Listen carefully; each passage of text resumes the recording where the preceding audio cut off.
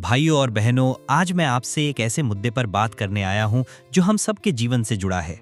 चाहे हम शहर के हों या गांव के, परिवार और काम के बीच का बैलेंस। यह सिर्फ एक शब्द का जोड़ नहीं, यह एक ऐसा जीवन का सवाल है जो हर दिन हमारे फैसलों को, हमारे रिश्ते को और हमारी खुशी को प्रभावित करता है। हमारे पुरखों के समय में जिंदगी का ढांचा अलग था।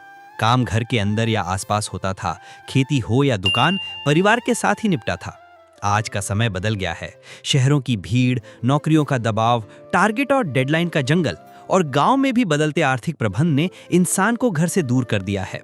परिवार हमारे लिए एक सामाजिक आधार है, एक ऐसी जगह है जहां हम अपना असली रूप जी सकते हैं। लेकिन जब काम का बोझ इतना बढ़ जाता है कि हम अपने अपनों के लिए वक्त ही नहीं निकाल पाते, तो धीरे धीरे रिश्ते में दूरी आने लगती है।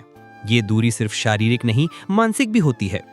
एक पिता जब अपने बच्चों को सिर्फ सोते हुए देखता है और माँ अपने पति से सिर्फ छोटी सी बातों में टकराती है, तो घर का माहौल खामोश और ठंडा होने लगता है।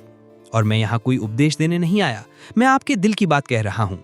हम सब ने अपने जीवन में यह महसूस किया है।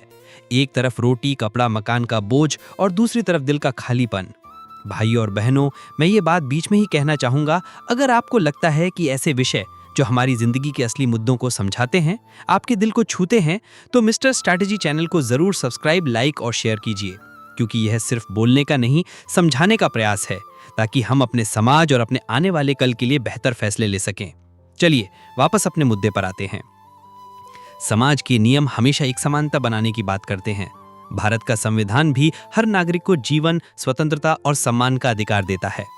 लेकिन ये अधिकार तभी जीवित रहेंगे जब हम अपनी जिम्मेदारियों को समझकर निभाएंगे।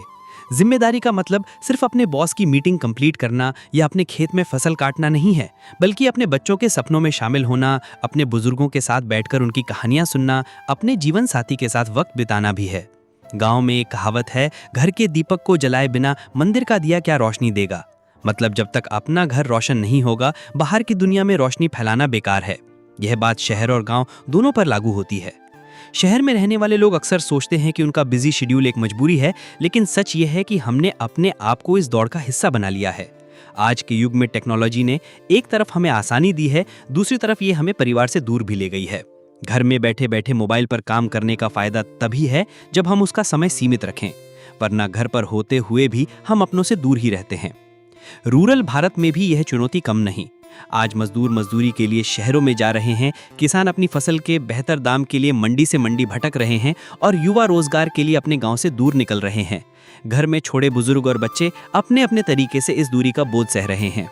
लेकिन इस चुनौती का हल है।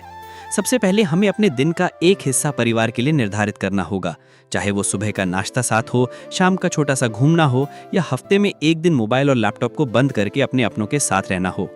दूसरा, काम में समय प्रबंधन सीखना होगा। सिर्फ शहर के प्रोफेशनल ही नहीं, गांव के किसान और मजदूर भी अपने काम को इस तरह बांट सकते हैं कि परिवार को समय मिल सके। हमारे संविधान के मूल्य जैसे समता, संवेदना, न्याय हमें यह सिखाते हैं कि हर व्यक्ति का जीवन एक पूरा जीवन तभी है जब उसमें व्यवसाय और व्यक्तिगत दोनों संतुष्टि हो। अगर हम सिर्फ धन कमाकर अपनों से रिश्ता खत्म कर देंगे, तो समाज के लिए भी यह एक संकट बन जाएगा। आने वाले समय में यह चुनौती और बढ़ेगी। Artificial intelligence, automation, global competition, यह सब काम का दायरा और तेज करेगा।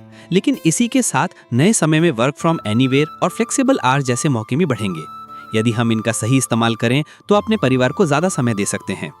मेरा सपना है एक ऐसा भारत जहां हर व्यक्ति अपनी रोजी रोटी और अपने रिश्ते के बीच संतुलन बना सके, जहां कोई बच्चा यह न सोचे कि उसके पिता या माँ सिर्फ फोटो फ्रेम में ही हमेशा होते हैं, जहां बुजुर्ग अपने बच्चों का चेहरा रोज देख सकें और जहां हम सब मिलकर यह कह सकें कि हाँ, हमने अपने काम और परिवार दोनों क्या न्याय किया। और इस सपने को सच करने का पहला कदम आज से ही उठाना होगा। आप अपने आज का एक हिस्सा अपने अपनों के नाम लिख दीजिए, बाकी जिंदगी अपने आप सुंदर बन जाए।